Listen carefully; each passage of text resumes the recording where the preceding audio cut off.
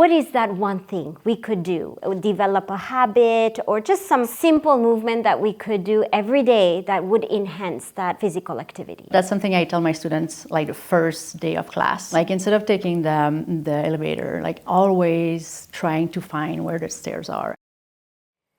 Welcome, friends. Thank you for being here and for participating in our 5-day challenge at the Life Research Institute edition 2025. Today is day 1 of our 5-day challenge, and the topic today is adopting the right mindset, physical and mental resilience through movement. Today we are joined by my dear colleague and friend, Professor Julie Nantel, who is a distinguished researcher and associate professor at the Faculty of Health Sciences. Her research program focuses on biomechanics and movement science, particularly supporting individuals that are suffering from Parkinson's disease, who is going to share important tips with us about integrating physical activity in our daily life. Tell us a little bit about your journey as to how you got interested in the biomechanics of movement and particularly decided to work with individuals suffering from Parkinson's disease. So I did my master and PhD in biomechanics, and I work with a lot of different population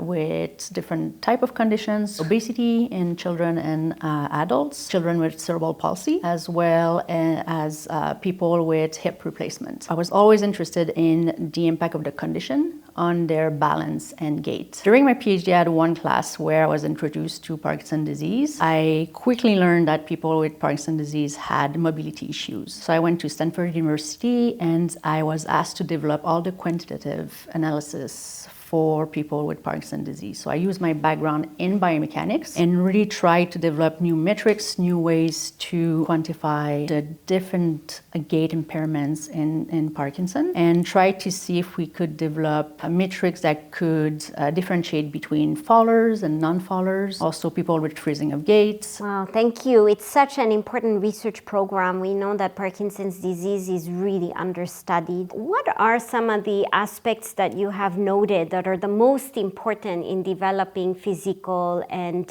mental resilience when it comes to changes in or decline in motor activity? The person that receives a diagnosis of Parkinson oftentimes tends to develop depression. And with depression, oftentimes what people tend to do is isolate themselves. Also like a sense of losing control over your life. One of the best way to regain some sense of control over your life is really to build a very structured routine around self-care and also stress management. Reaching out to friends, family, people that you can really talk to and people that you know will be there as the disease progresses. It's probably a good idea to build new network as well. If you go, for example, you decide to go to the gym or you decide to go in programs specifically for people with Parkinson's disease, then you meet people that have lived with the same condition that you do and really understand what you're going through and can give you tips on how to deal with all these new motor deficits that you're having. And some movement changes and some difficulty in engaging in some of the movements that we used to or activities we used to before is also normal with aging, and it's not necessarily a pathological condition. Sometimes we have a hard time distinguishing,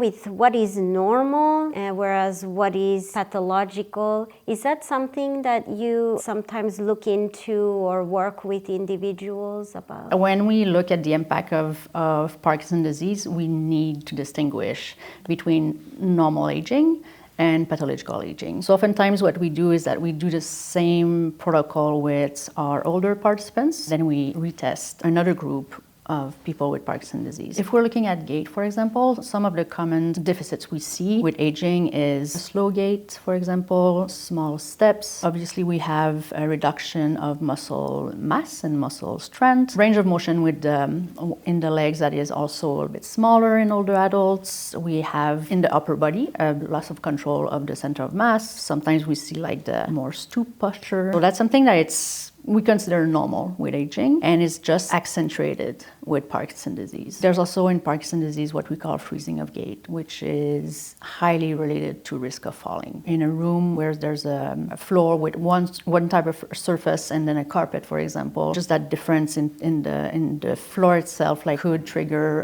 a freeze. This is very specific to pathological aging and not normal aging. And you brought several programs of physical activity to individuals suffering from Parkinson's disease, and one of them is about boxing. Why boxing in individuals that are suffering from Parkinson's, and how are we hoping that it will benefit? All kind of physical activity are pretty good for people with Parkinson's disease. It really can help slowing down the progression of some of the symptoms. Boxing specifically, the movement of the feet in boxing. Quick movements, their movement in all the directions. We really want people to be able to move in all directions and get better at moving in different directions, because falls is highly linked to problem managing your balance in the medial lateral direction. If we're able to train people moving in this direction better, then we're kind of helping them reduce the risk of falling. Second aspect, with Parkinson's disease, all the movement tend to reduce in range of motion. So for example, if I want to shake your hand, I'm going to extend my arm like this. And in Parkinson's disease, I might think that I'm extending my arm like this, but it's going to be like this because I don't have the full extension to do that movement. And so in boxing, if you're trying to hit a target, for example,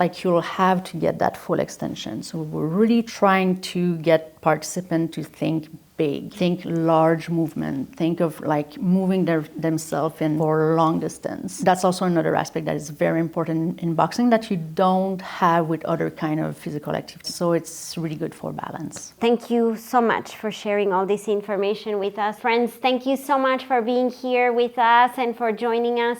If you liked this capsule, please don't hesitate to like, share, and subscribe so that you can be notified every time that we post a new capsule. Thank you so much, Professeur Nantel, for being here.